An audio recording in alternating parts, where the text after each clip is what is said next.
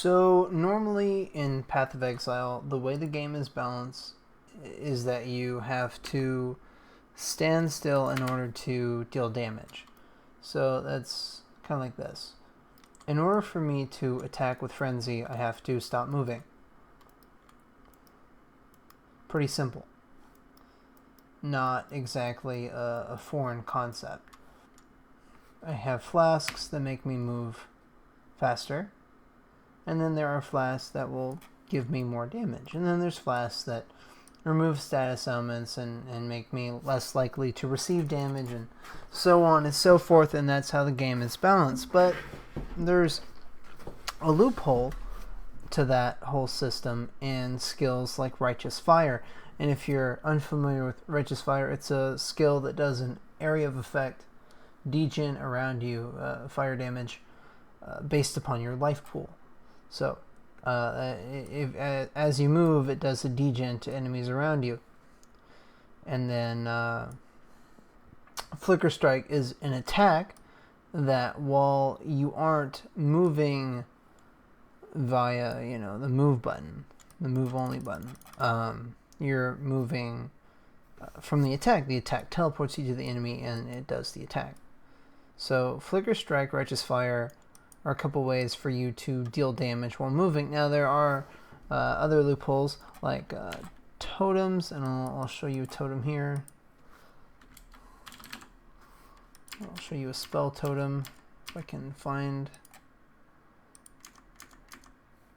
a spell totem. You get a spell totem, you go into a map, and what you can do is, if I find an enemy here, what happens is, looks promising for an enemy.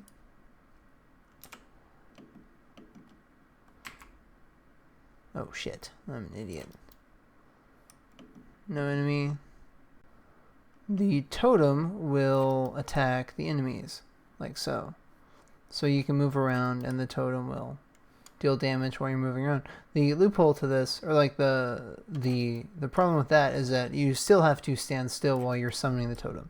So that is balanced by the fact that totems deal less damage, and then you have to stand still while they are being summoned, like so. Kind of like an attack. You have to stand still to attack. You have to stand still to summon a totem. You have to stand still to, summon minions, whatever. Any spell you want to cast, you have to stand still. But there's this gem called Body Swap, and what Body Swap does, I'll take out this, is that it teleports you to a corpse on the ground while you're attacking. And this is a spell, so if I put this into something else, I can just cast it, right? It's a movement skill. It's nothing new to the game. It's just a movement skill. So let's see if I have one. I might have a Flame Dash or a Lightning Warp. There are movement skills in the game that allow you to perform an action while you're standing still that will teleport you. Now, some of these deal damage. I mean, they have damage modifiers on them. And Shield Charge is one of the only ones you can actually scale, and that's probably something I overlooked when I was talking about ways to deal damage while moving. You can scale Shield Charge to pretty reasonable levels, but nothing obscene. It's hard to get really good defenses on a Shield Charge build. That being said, enter Body Swap and Volatile Dead inside Poet's Pen. Poet's Pen is a wand that sockets that casts socketed spells when you attack, and it's limited to 4 casts per second. So you want to get about 4 casts per second. With Frenzy Charges, I have about 3.7 attacks per second. So I'm bordering the cooldown limit. And when you put your Body Swap inside your Poet's Pen, where'd it go? Did I delete it? Did I vendor it? I did something really stupid to it, didn't I? I'm gonna have to go buy another one. I put it somewhere really down. Oh yeah, I put it in one of these to demonstrate that you can Where the fuck did I put it? What a problem. It's bound to something. I know it is. I see it right there. There we go. When you put a body swap inside Poet's Pen, it casts the body swap when you attack. Okay. So this is neat. This is fun. This is a good way to do damage and move around. But it also deals ridiculous damage if you let it. And how am I doing? How am I getting that on a 3-link without crit? Okay, that's a good question. First off, you use Elemental Overload. It's pretty helpful. If you deal a critical strike, you'll get 40% increased elemental damage for 8 seconds. Pretty good stuff. I'll also be getting frenzy charges from my frenzy skill that I'm using to proc these spells inside my Poet's Pen. Any attack. You can use Power Siphon, you can use Ellie Hit, you can use Barrage, you can use whatever you want. Oh, one more thing. There's this thing.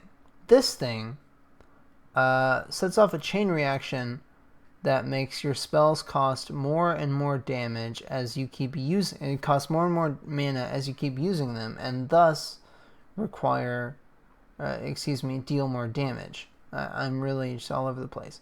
So you see, my mana will eventually get to an apex where I can't sustain the usage anymore, and the damage drops off. So as you use it, you deal more damage. And this is pivotal. Normally you could do this and it wouldn't deal much damage and it'd be whatever. But because of this thing, and we get 4% mana of our maximum mana gained on kill, you can zip through the map at full mana, and you can get to the point where your mana cost is going to balloon to insane levels if you let it, if you can sustain it that long. So this is what it looks like. This is peak clear speed. This is the absolute state of clear speed in the year 2018. This is what we've been working towards. This is what the game is turning into. And pick up some stuff. On we go. There's a cleaver. Now my health is dog shit. I do have Mom and I have a Cloak of Defiance. So it's not as bad as it looks. It's about 5k-ish, but it is still on the lower end of what you'd expect to have for a life build. This is the closest thing you're going to get to Valspark shield charge. This is it. This is the closest thing you're going to see.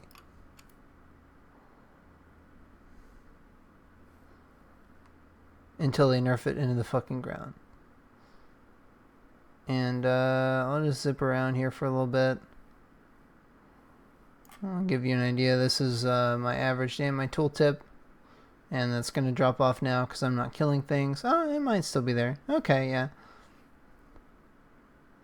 Now, I do have the... Excuse me. Oh, shit. Well, here we fucking go. Get ready. Gotta figure out which one I want to proc first. Guess I'll go with the Abyss. Trying to avoid the breach. This is funny to me. Health sustain for clear is pretty good. It's passable, I'd say. Not the most. I was trying to figure out where the hell it went. I couldn't find it. It's over here, hiding in the rock.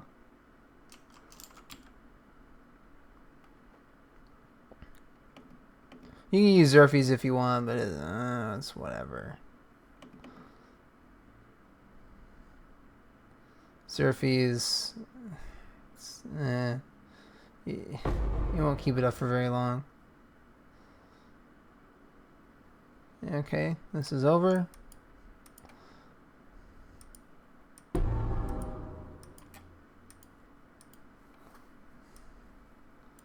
Okay.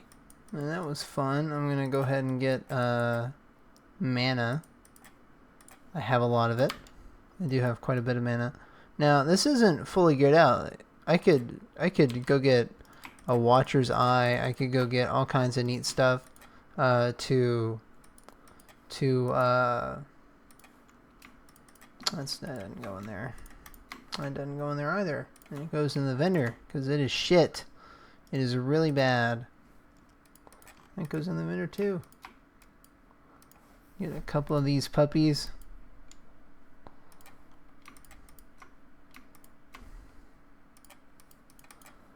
And we'll go do that breach. And then we'll go do the boss. Alright. I could get a Watcher's Eye with some interesting clarity fixes. I could get another Fevered Mind. I could get all kinds of neat shit to really flesh this guy out and maximize my damage potential. I could get better rings. I could get a better amulet. My rings are kind of whatever. I could get a better belt. This is okay. I'd like to have a mana roll and a better life roll, and then I'd like to have... This is actually pretty good. If you can get int on your gear, and then that's about it. I mean, for gear, it's literally like these three things, and then you can drop this. This is what makes your frenzy cost so much. You can drop that if you could fit in another Fevered Mind, I think, but it seems pretty necessary right now. It seems like it's helping me out quite a bit. The damage scaling on this is fucking stupid. And again, I've got this thing as well as this thing. This isn't, yeah, this is helpful. And then like this is the big thing for clear. This is where most of your sustain is coming from. And I can just bebop through all this. It's not a big deal. I mean, I might die because this is a lot of incoming damage, but it seems like I'm doing okay. Huh, I really thought I was gonna die there. If you could somehow fit in Account's Roots in this, the immune to stun, the stun immunity would be huge, but I don't know how you could do that. I mean, getting some kind of stun immunity would be extremely helpful. I don't know how you do that. Oh shit! Oh no! Oh well. I don't care.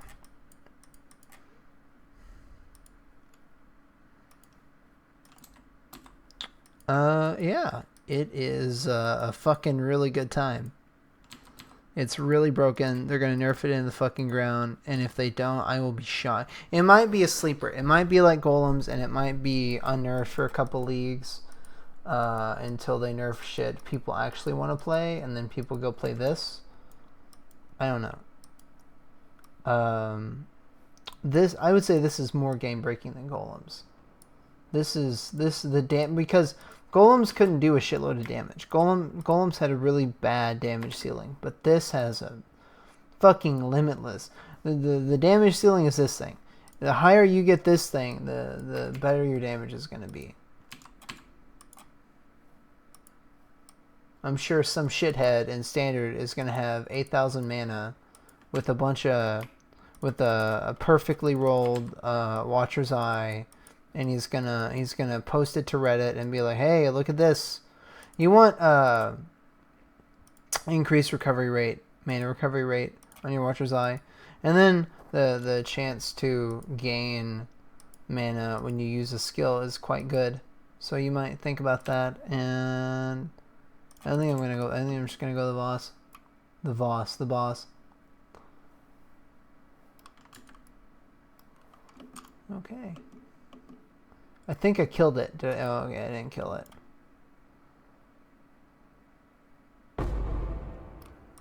Fucking ADD rings, orbs. Don't know where to go. Getting res capped is a bit challenging because you're not getting very much res off the tree.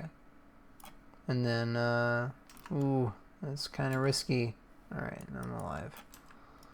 Yes, I expect to die. I'm not shitting. This guy does so much physical damage, that's the problem.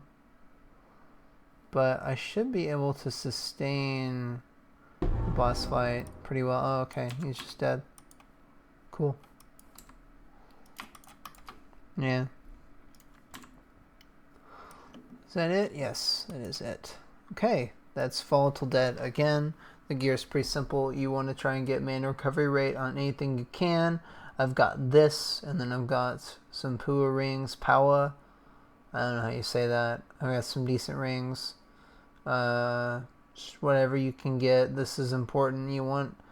Actually, you don't need a 6L or a 5L, because this guy, the build guide I was following, used an Essence Drain, and I never fucking use it.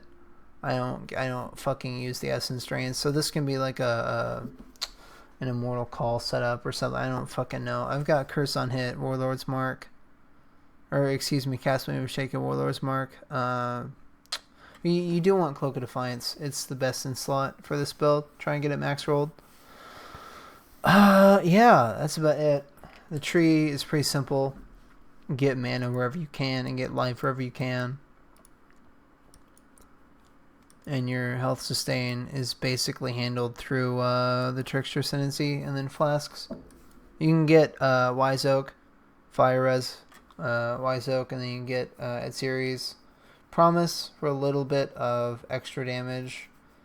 Flask wise, just use whatever you want. I don't even need Quicksilvers anymore because I move with Body Swap.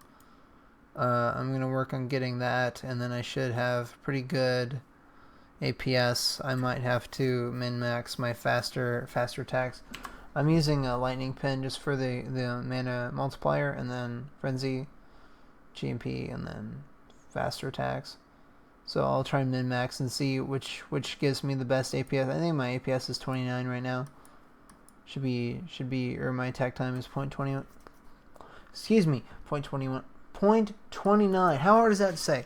I've got yeah, the mana grand spectrums. I got 3 of them, and then I got Fevered Mind, just 1, and then I've got a Clear Mind, which I will be replacing with either a Watcher's Eye if I get one, or another Fevered Mind. I'll see which one I like more.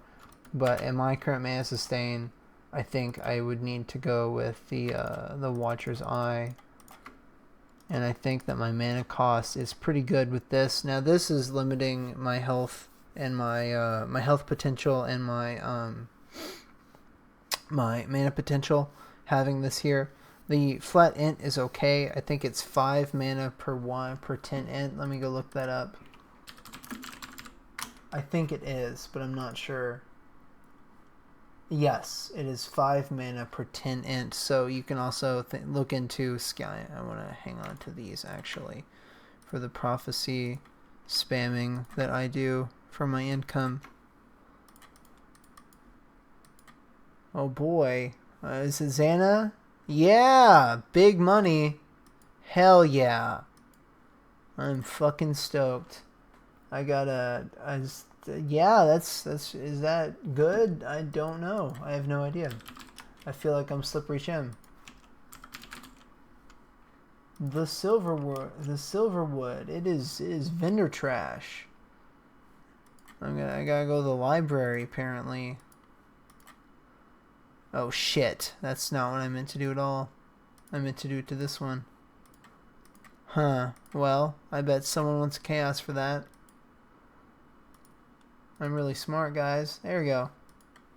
Give me a second chance to do it right this time. Perfect. All right. Oh, shit. Gotta fucking meander back to fucking Act 2.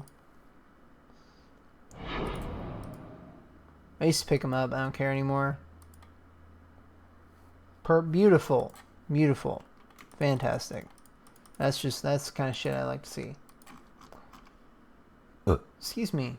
Where is shit from the there? Okay. Just looking for shit from the purple bitch. Found it. Yeah, don't fucking do Atziri in this. Because it is a big fucking hassle and you have to play Elementalist. Which I guess you could do, but it's not fucking worth it to try, I don't think.